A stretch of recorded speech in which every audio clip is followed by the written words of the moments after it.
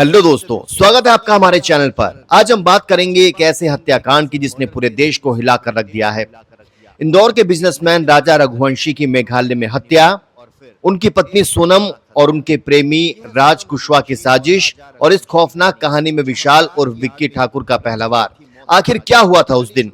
चलिए जानते हैं सनसनीखेज केस की पूरी सच्चाई। अगर आपको क्राइम स्टोरीज पसंद है तो लाइक, शेयर और सब्सक्राइब करना ना भूलें। 11 मई 2025 को इंदौर में राजा रघुवंशी और सोनम की धूमधाम से शादी हुई। राजा एक ट्रांसपोर्ट कारोबारी था और सोनम अपने परिवार के बिजनेस से जुड़ी थी, लेकिन शादी के पीछे एक गहरा राज था। सोनम का राज कुशवाहा के साथ पहले से प्रेम संबंध था। शादी के बाद भी सोनम राज से संपर्क में थी। पुलिस के मुताबिक सोनम ने राजा को मेघालय हनीमून के लिए राजी किया, लेकिन यह हनीमून एक खतरनाक साजिश का हिस्सा था। 20 मई को राजा और सोनम मेघालय के लिए रवाना हुए। पहले वो गुवाहाटी में मां कामाख्या के दर्शन करने गए, फिर 21 मई को शिलोंग पहुंचे।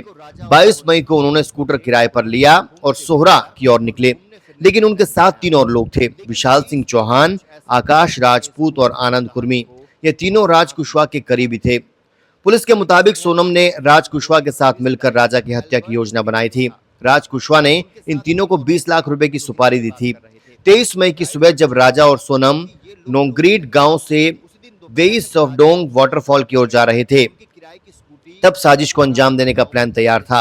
क्राइम ब्रांच के एसीपी पूनम चंद यादव ने खुलासा किया कि इस हत्याकांड में सबसे पहला वार विशाल और विक्की ठाकुर ने किया था। 23 मई की सुबह जब राजा और सोनम जंगल के रास्ते में थे, विशाल ने राजा पर खुखरी से हमला किया। पोस्टमार्टम रिपोर्ट के मुताबिक राजा के सिर पर 2 गहरे घाव थे, जो तेज धार वाले हथियार से किए गए। पहला वार इतना जोरदार था कि राजा तुरंत बेहोश हो गया। इसके बाद आकाश और आनंद ने भी हमला किया और राजा की मौत हो गई। आरोपियों ने बताया कि सोनम उस वक्त मौके पर मौजूद थी और उसने कोई विरोध नहीं किया। हत्या के बाद राजा के शव को एक गहरी खाई में फेंक दिया गया ताकि कोई सुराग न मिले। 2 जून को राजा का शव वेई साफडोंग वाटरफॉल के पास एक खाई में मिला।